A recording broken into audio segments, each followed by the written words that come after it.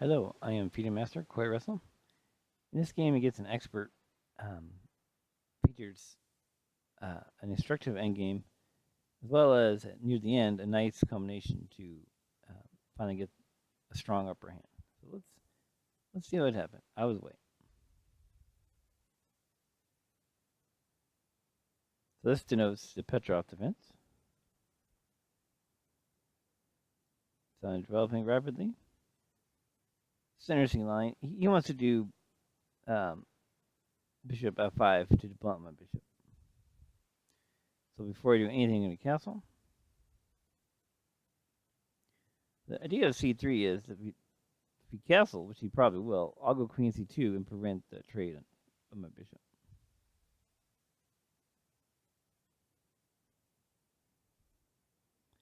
Queen c2 also gets a tempo because it's running h7. Complete my development.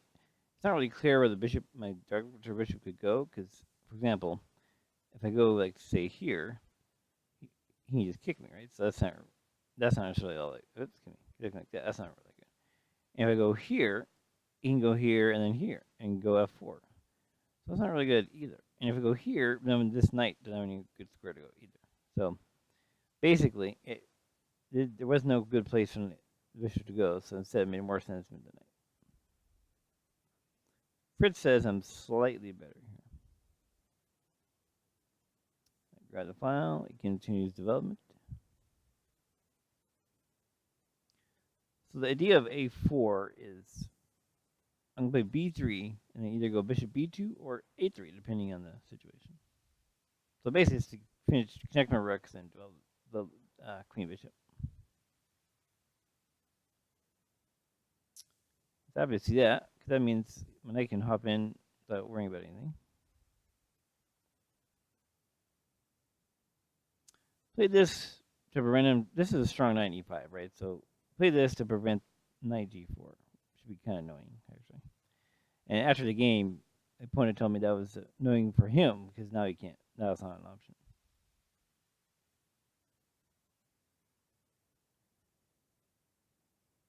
Here he does an interesting idea. Basically, he sees that f4 is not covered, so he's gonna do a long march to get there. Me, on the other hand, I'm gonna finish him.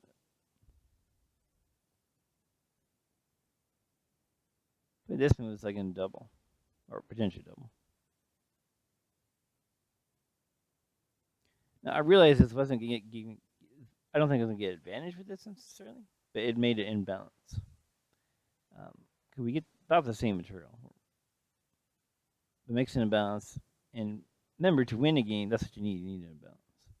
Now, of course, he pretty much has to take or get destroyed, so he takes. And Fritz gets an exclamation mark, and I do believe this is the strongest move.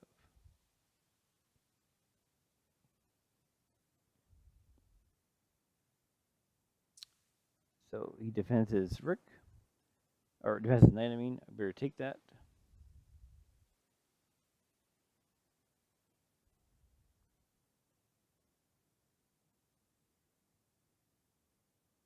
Fritz gives you another exclamation mark for queen f5. Because I'm going in the line of the bishop, which in this case is okay. Normally it wouldn't be, but in this case it works out. Because they're putting pressure on e7. Here, of course, he must play king f7 and be equal. But he got a little tricky for his own good. First, I should have got queen take e4. And it's right, I probably should have. If I did this. That was a good move. I really had no choice but to trade. Here, I realized the only way I'm going to make progress is pawns, so I advance to c4. Whoop. Didn't do that. I took my pawn. Defend my pawn.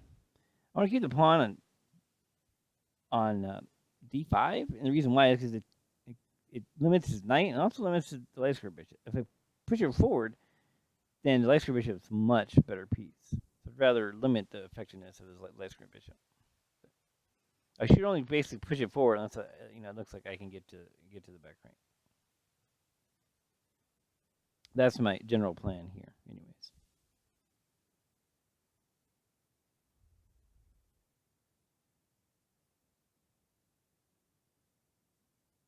Where it says white is more active, and of course, if he pins me, I'll just take the bishop and knight, so that the pin's not really much helpful. Risky is an exclamation mark, although the reason I want to trade bishops is that two bishops are almost as powerful as a rook. In fact, the bishop in the middle of the board controls 13 squares, and a rook in the middle of the board controls 14 squares. So they are actually very close in power if the bishop's in the center. And bishops really limit what rooks can do. So trading a pair of bishops helps my rooks, basically. Gives them more places they can go. That's why I traded it off. Check. Now black realizes that when you're the one that you're down the exchange, you want to keep your rook and keep your rook on. That's what you want to do, because your pieces can support your rook and potentially get a counterattack. And if you're the one with the exchange, or the rook with the two pieces, like in this case, you want to keep. Oh, excuse me. You want to trade your rook, because then that would make your rook more powerful against the minor pieces.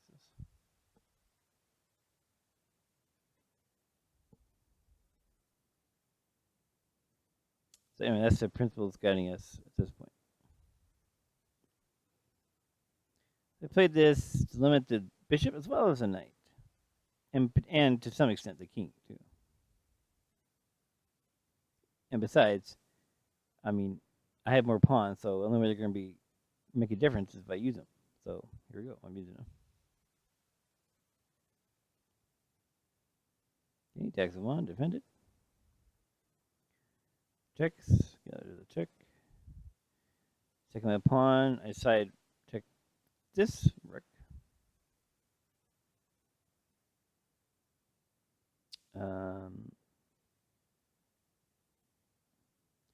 That wasn't really good. Rich pointed out I could have played this, and I would have been doing great. Pawn up, and rook is to b6. Black is passive, so pawn up and black is passive. That's a good combination. So, and it's right. I should have done that. I didn't. To be honest, I just didn't see that combination. I did this. I was thinking, okay, I want to trade, which ironically here black should trade.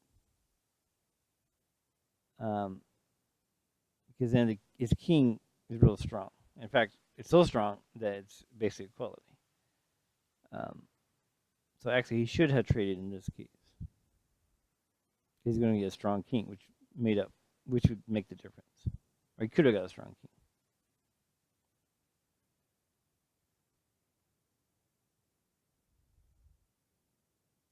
And of course, I don't take or push, because then knight f5 check. I'm trying to get to e5. Of course, he's not going to let me get there. So here I realized, oh, g5 is terrible, because that opens up f5 for his pieces. And I have no way to kick the king either.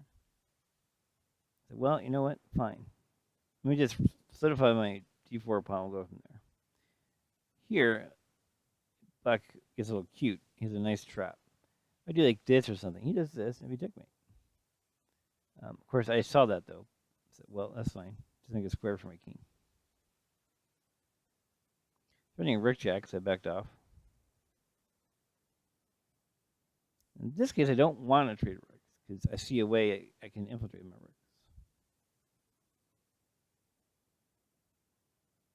Fritz really likes this move, actually. And now Fritz says, I'm winning. So here, rook h6 is absolutely mandatory. But to be fair, at this point, black was very low on time. He probably had no more than 2 minutes. And I had probably maybe 10 minutes on the clock. So I had a huge time advantage. And so it's understandable to make a mistake with time so low. And here I have a combination. This is the whole point of my doubling the rooks. Now I get the two pieces.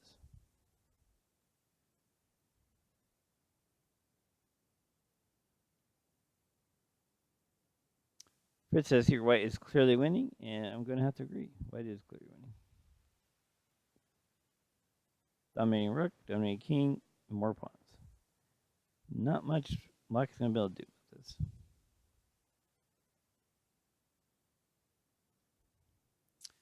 And here, black ran out of time, but there's no way for black to hold this anyways.